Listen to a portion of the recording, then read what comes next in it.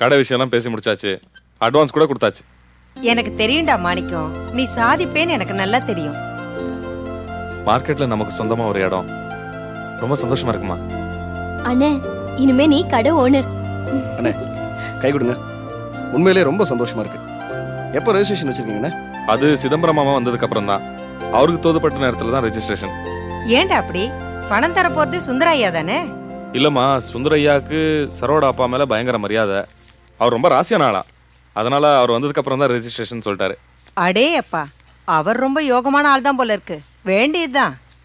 எப்படியோ அண்ணன் இனிமே முதலாளி, மாணிக்க முதலாளி.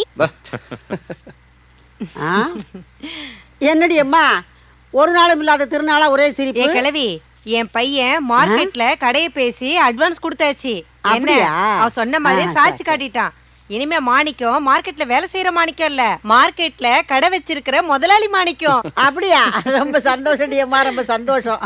மாணிக்கம், நீ முதலாளி ஆயிட்ட.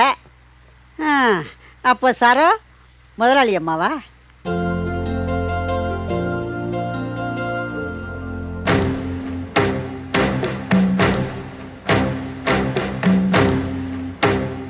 மாணிக்கம் முட்டைக்கண்ணை போட்டுக்கிட்டு திரட்டி திரட்டி முடிச்சுக்கிட்டு அப்படி நெஞ்சு நிமிந்து நடப்பான்.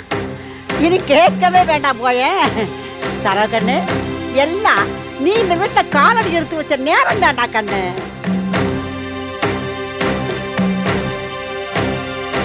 செல்வம், நீ நேரம் ஐயர் வீட்டுக்கு போய் வர மாசத்துல எந்தெந்த நாள் நல்ல நாள் குறிச்சிட்டு வா. அந்த நாள்ல ஏதாவது ஒரு நாள் சுந்தரையா கிட்ட சொல்லி முடிவு பண்ணி ரெஜிஸ்ட்ரேஷன் வச்சிடலாம். சரிங்க. ஏய் எழுந்திரி, போய் சாப்பாடு எடுத்து வை. சரமா, இந்த வீட்டில் நடக்கிற நல்லதெல்லாம் ஒன்னால தான். ஆனால் எதுனா கண்டுக்குதுங்களா பத்தியா? அதாண்டி உலகம்.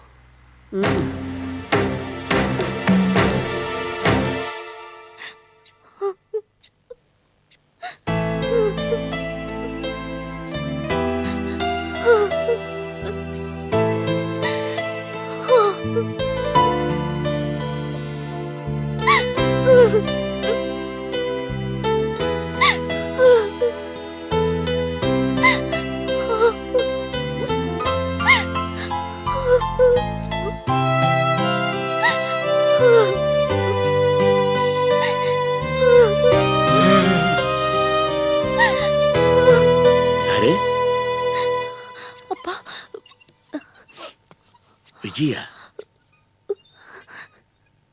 ஏய் என்னம்மா அழுதுட்டு இருக்கிற? ஒண்ணும் இல்லப்பா. ஒண்ணும் இல்லையா? என்னாச்சு உனக்கு? ராத்திரி நீ வரத்துக்கு லேட் ஆகுது, நான் கவலைப்பட்டு உட்காந்துருந்தேன். லீலா பொண்ணு திட்டி படுக்க வச்சா தூங்காம உட்காந்து அழுதுட்டு இருக்கிறேன். என்ன சமாச்சாரம்? அது இல்லப்பா, ஒண்ணும் இல்ல. நீங்க போய் படுங்க. என்னமா இருந்தாலும் என்கிட்ட சொல்லு, அப்பா பாத்துக்குவேன். சின்ன பொண்ணு இப்படி உட்காந்து அழக்கூடாது.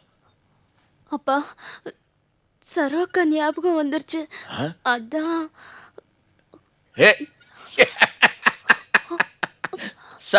சரோகா பத்தி கவலை விட்டுக்கிட்டா தூங்க உட்காந்து அழுதுட்டு இருக்கிற. மக்கு பொண்ணு.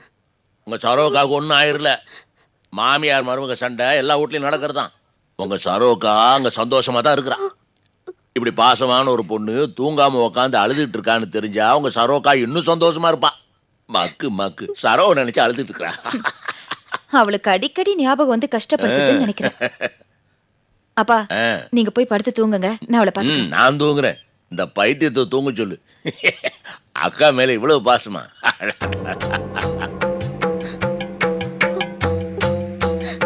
ஏண்டி, கொஞ்ச நேரத்துக்கு முன்னாடிதான் உன்னை நம்புறேன்னு சொன்னேன். ஆனா அதெல்லாம் ஏமாத்திருவ போல இருக்கு. நீ சரோகாவை நினைச்சு அழுதுன்னு சொன்ன உடனே அந்த அப்பாவை மனசை எப்படி உருகுறாரு. அந்த மனுஷனை ஏமாத்தணும்னு நினைக்கிறியே, நீ அவரை ஏமாத்தலாம், ஆனா என்ன ஏமாத்த முடியாது. இல்ல லீலா, நிஜமா. வாய மூடு. என்ன அப்பா மாதிரி அப்பாவை நினைச்சியா? அப்பா மாதிரி ஒரு நல்ல மனுஷனோட வீக்னஸ பயன்படுத்துறது அயோக்கியத்தனம். வேற ஏதாவது மனசுல வச்சுட்டு இந்த மாதிரி பண்றதுன்னா இந்த நிமிஷம் எடுத்துக்கோ. இல்லனா இது விஷயமா அப்பா கிட்ட பேச வேண்டியிருக்கும். சரி, நான் போய் தூங்குறேன். இத பாரு, மறுபடியும் சொல்றேன், ஏதாவது குழப்பத்துல மாட்டிக்காத. போய் தூங்கு. போ.